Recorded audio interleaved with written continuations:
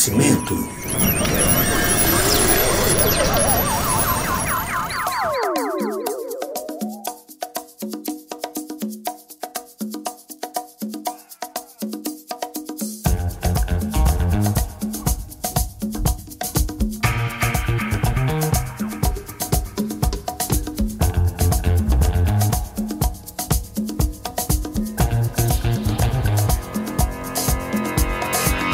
Olá pessoas, eu sou Adeluna e neste programa vamos falar sobre certos fenômenos extraordinários.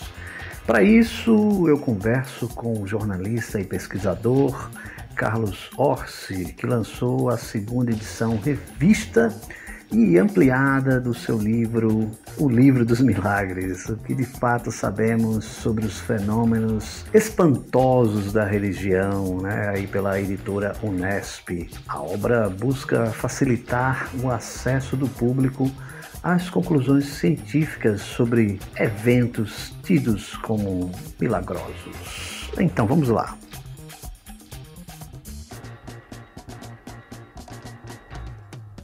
Carlos Orsi, qual foi sua principal motivação que o levou a escrever o Livro dos Milagres?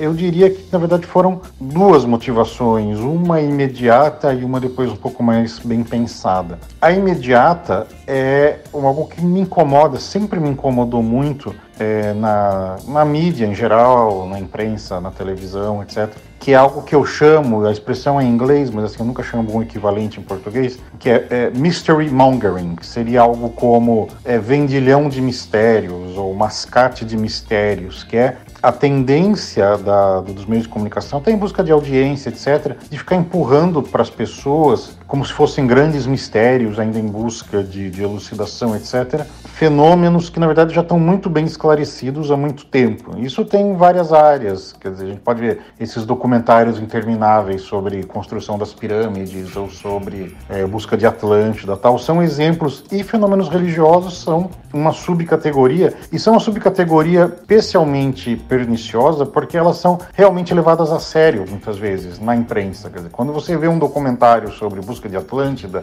você sabe que isso não é uma coisa muito séria, que isso vai passar em certos canais específicos, etc. Mas quando o Vaticano reconhece um milagre de cura, isso sai na seção séria dos jornais, sai na seção de entretenimento, o que torna isso ainda mais irritante do ponto de vista ético, filosófico, pelo menos para mim. Essa foi a motivação imediata, quer dizer, eu passei anos na grande imprensa vendo o espaço nobre dos jornais sendo usados para vender para as pessoas a ideia de que o Sudário de Turim ou a Dança do Sol em Fátima, em Portugal, ou vários outros fenômenos que já foram explicados e elucidados à exaustão, na verdade ainda estariam em busca de explicação e, portanto, seriam motivos para acreditar nessa ou naquela doutrina religiosa. Essa foi a minha indignação com isso, foi o meu primeiro motivo e o mais imediato. Mas teve um outro motivo, esse mais pensado, que na verdade eu fui tomando consciência dele enquanto eu escrevia o livro, etc., é como esses fenômenos são explorados politicamente. De fato, é muito difícil quando você vai estudar história de um milagre, por exemplo, uma cura acontecida numa fonte na França, como é o caso de Lourdes, ou as supostas aparições de Maria, da Mãe de Jesus, em Portugal, na França, em outras partes do mundo, etc. Essas coisas existem num contexto político, como esses fenômenos, quando eles alcançam dimensão de massa, eles acabam sempre sendo usados, manipulados para empurrar algum tipo de ideologia, para defender uma série de posições políticas. Mais do que para promover a fé das pessoas, essa promoção da fé que vem dos milagres, ela é manipulada, é manipulável politicamente e manipulada. Quer dizer, uma grande... e isso é histórico, quer dizer, você percebe, por exemplo, a mensagem de Fátima é uma mensagem anticomunista, e as aparições de Fátima em Portugal aconteceram numa época em que a sociedade portuguesa estava dividida entre uma esquerda mais progressista e uma reação conservadora, e as mensagens religiosas, elas geralmente, nem sempre, mas existe um padrão muito claro de que grandes eventos milagrosos que comovem multidões, etc., são eventos que sempre surgem em momentos onde a parte mais conservadora da sociedade está precisando de algum tipo de apoio, de um chamado às armas, de algum tipo de novo ânimo. Aí acontece um milagre que acaba consolidando essa tropa conservadora, etc. E eu acho que no Brasil hoje isso é algo que a gente precisa prestar muita atenção, a gente precisa tomar muito cuidado. Eu não descarto o fato de que a grande onda de supostos milagres de cura que acontecem, diz-se que acontecem nos cultos evangélicos, e sobre os quais eu escrevo no livro, quer dizer, essa questão da cura que acontece em momentos de grande carga emocional, com muita gente reunida, com um sacerdote, um pastor aos berros, tal. Não são curas legítimas, geralmente são coisas que a pessoa se sente curada porque ela tem aquele pico de adrenalina, aquela alegria no momento, e ela acha que ela melhorou. E não melhorou. Descrevo um caso muito triste no livro dos milagres de uma mulher nos Estados Unidos que acabou tendo uma fratura de vértebra porque ela saiu correndo no meio de um culto evangélico porque ela achou que tinha sido curada. Quer dizer, essas coisas são perigosas. Mas enfim, voltando ao raciocínio inicial, eu não descarto que esse entusiasmo religioso do neopentecostalismo tenha sido um dos fatores que permitiu consolidar a massa conservadora que acabou viabilizando o momento trágico que o Brasil vive hoje. Então, para resumir a resposta, foram duas motivações básicas. Primeiro, expor essa questão, né, dos vendilhões de mistérios, de que muitas coisas que a mídia tenta vender como mistérios para conseguir audiência e tal, não são mais mistérios há muito tempo. E o segundo, expor que muitos desses fenômenos tidos como milagrosos, na verdade, são focos de exploração política. Não que eles sejam deliberadamente provocados por algum vilão que vai lá e imagina, vou inventar um milagre agora para consolidar a consciência conservadora, mas que a consciência conservadora, quando entra em crise, começa a procurar e coisas que ela possa chamar de milagre, e quem procura acha. E o livro também para mostrar isso, que quem procura acha, e nem tudo que se acha e que se diz que é milagre, na verdade que essas coisas, quando examinadas de forma racional e científica, têm explicações que independem de qualquer tipo de intervenção divina ou sobrenatural. Na sua visão, por que a imprensa e a sociedade brasileira são tão condescendentes, né, com fenômenos religiosos tidos como milagrosos ou sobrenaturais, né? Basta a gente dar uma olhada aí nesses programas de TV evangélicos, né, cheios de milagres, entre aspas. Olha, a imprensa brasileira é condescendente com as alegações de fenômenos milagrosos, quando não reverente, né? Condescendente ou reverente, dependendo do órgão de imprensa, da tradição do veículo, etc., porque a imprensa é parte da sociedade, a imprensa reflete os valores sociais, e nós vivemos uma sociedade que trata fenômenos religiosos com especial indulgência, com especial condescendência, às vezes, etc., porque existe esse senso comum, né, esse consenso social de que religião, no geral, é uma coisa boa, e as pessoas que acreditam que têm valores religiosos, que têm crenças religiosas, são pessoas mais éticas e são pessoas mais felizes, e então nós temos que alimentar esse tipo de sentimento, porque esse sentimento traz consolo e impõe freios éticos.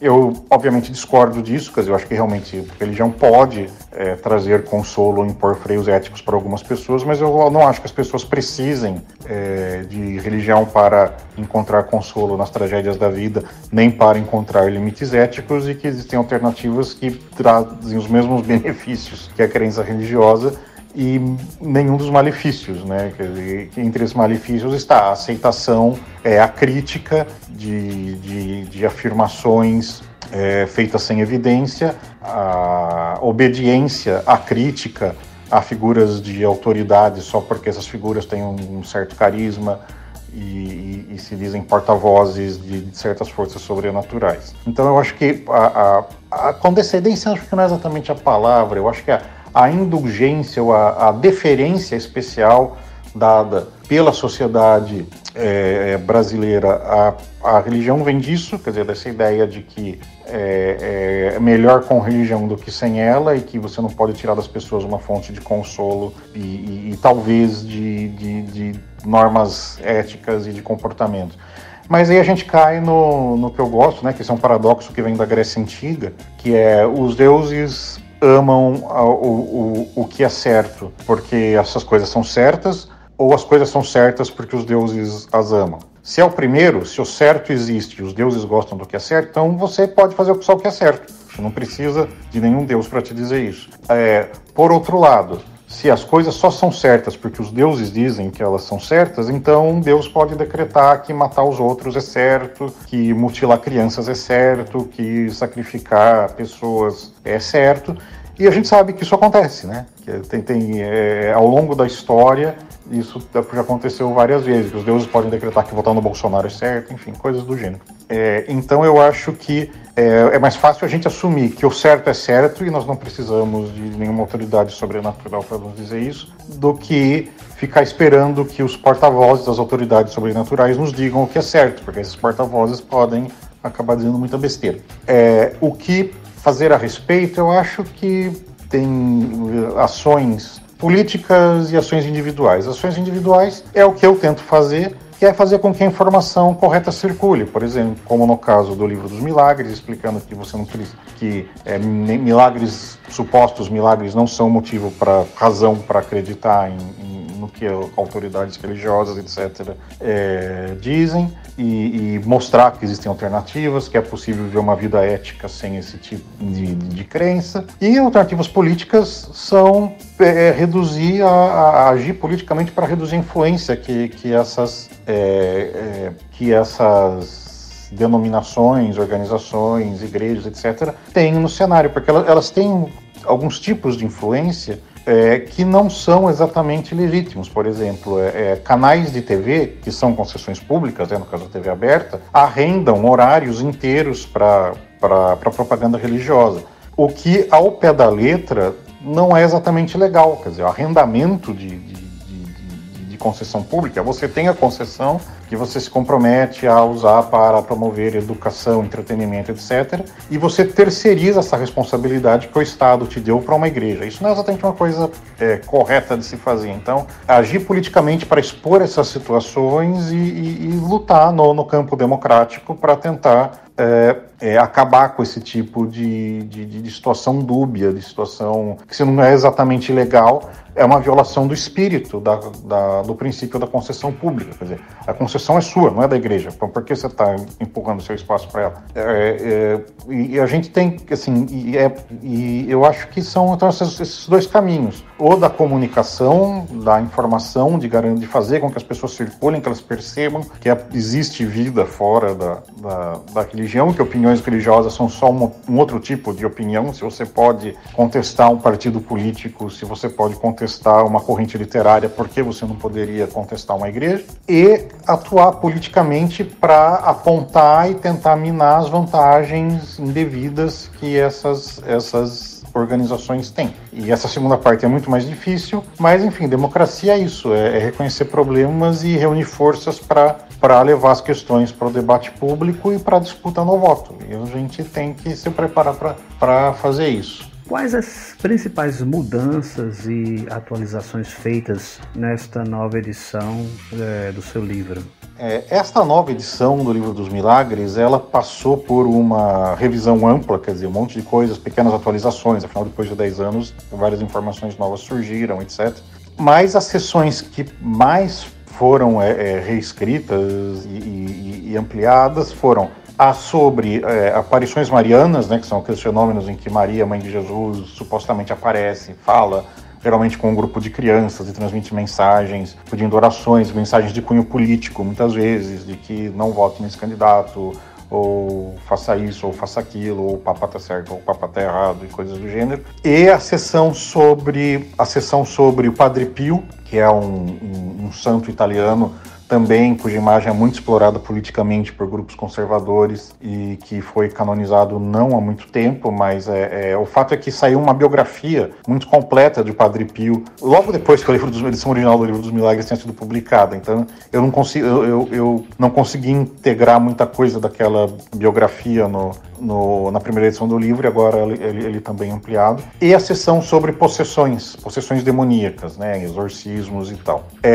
A sessão sobre aparições marianas teve uma ampliação importante, que foi a inclusão de uma aparição que teria acontecido no Brasil, em Pernambuco, no início do século XX, e envolve o nome de Lampião, uma ligação muito forte com a cultura local, e é uma aparição que vem se tentando promover forças conservadoras de direita vêm tentando promover essa aparição como um ponto focal do conservadorismo da direita católica no Brasil. Eles não conseguiram ainda, mas já tem 2 livros publicados a respeito desse fenômeno. A suposta mensagem que Maria deixou nesse evento foi uma mensagem fortemente anticomunista, até era para evitar que o comunismo venha ao Brasil. Era um negócio bem...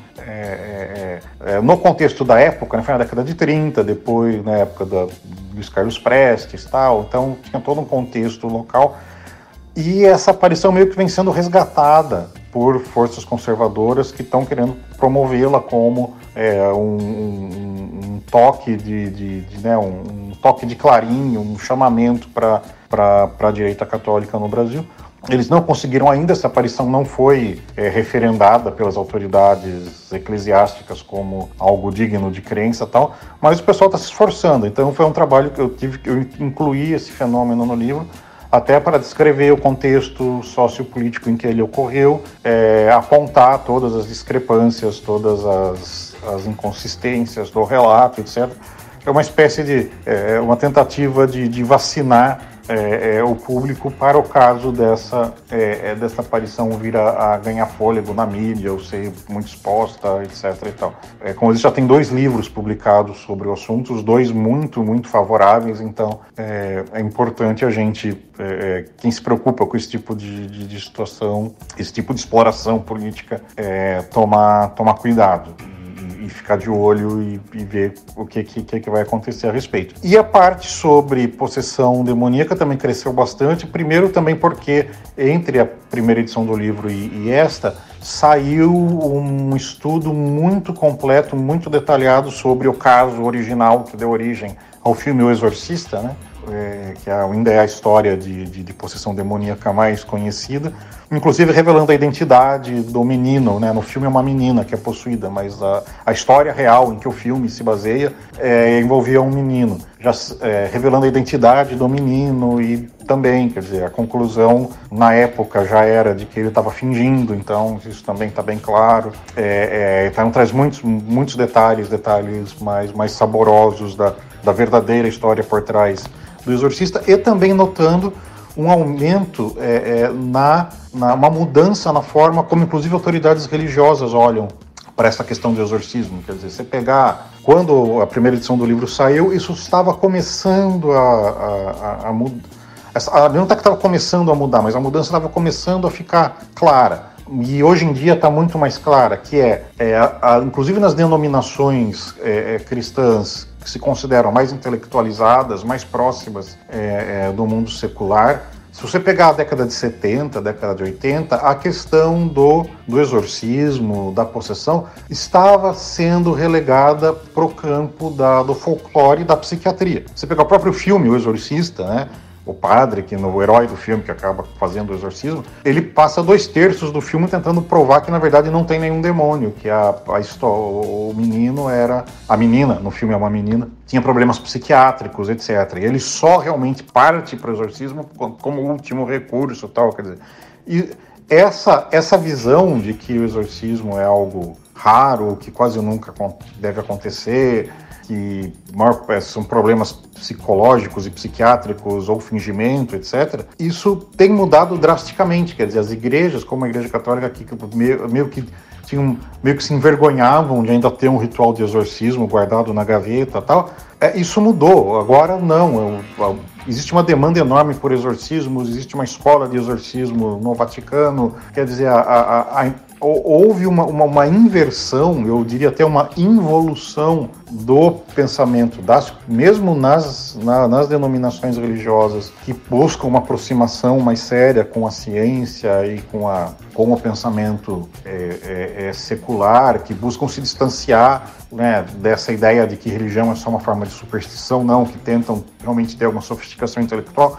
Mesmo esses grupos voltaram a abraçar a questão da possessão demoníaca e do exorcismo. Eu acho que isso acontece também por razões políticas, porque isso é algo espetacular, é algo que, entre aspas, vende, é algo que chama a atenção das pessoas, e eu acho que por razões de marketing, mesmo essas denominações mais sérias, se dá para usar essa palavra, acabaram vendo que não dava para abrir mão desse instrumento, dessa ferramenta. O que é uma coisa muito triste, é algo que me levou a reescrever o capítulo chamando atenção para esse dado, para esse fenômeno.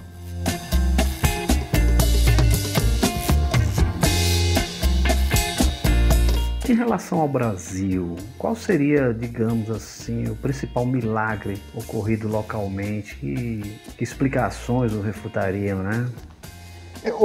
No Brasil, nós não temos, né, para a nossa felicidade, na verdade, nenhum grande evento milagroso, né, assim, uma fonte de água, um rio onde as pessoas vão tomar banho e saem curadas, ou dizem que saem curadas, ou uma grande ilusão coletiva, como foi em Fátima. A gente também não tem uma grande aparição mariana que seja parte importante da nossa identidade nacional, como tem Guadalupe no México, como tem Fátima em Portugal, como tem Lourdes na França.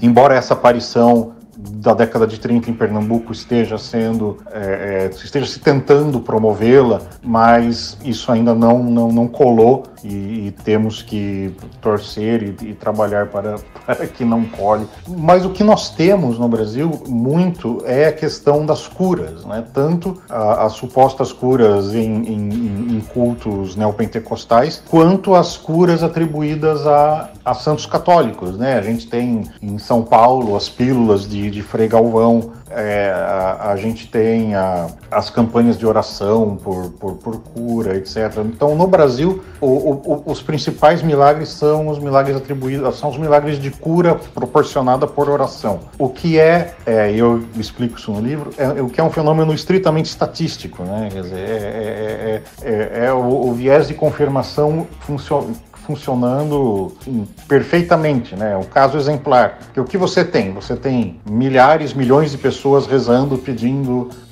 remissão de câncer ou pedindo curas de todos os tipos, e alguém consegue. E não é que consegue porque conseguiu um milagre, porque toda doença tem uma taxa de remissão espontânea, ou a pessoa está passando por um tratamento, porque isso é uma coisa muito comum também, né? A pessoa está fazendo quimioterapia e rezando, e quando o câncer some, claro que foram as orações, a quimioterapia não teve nada a ver com isso.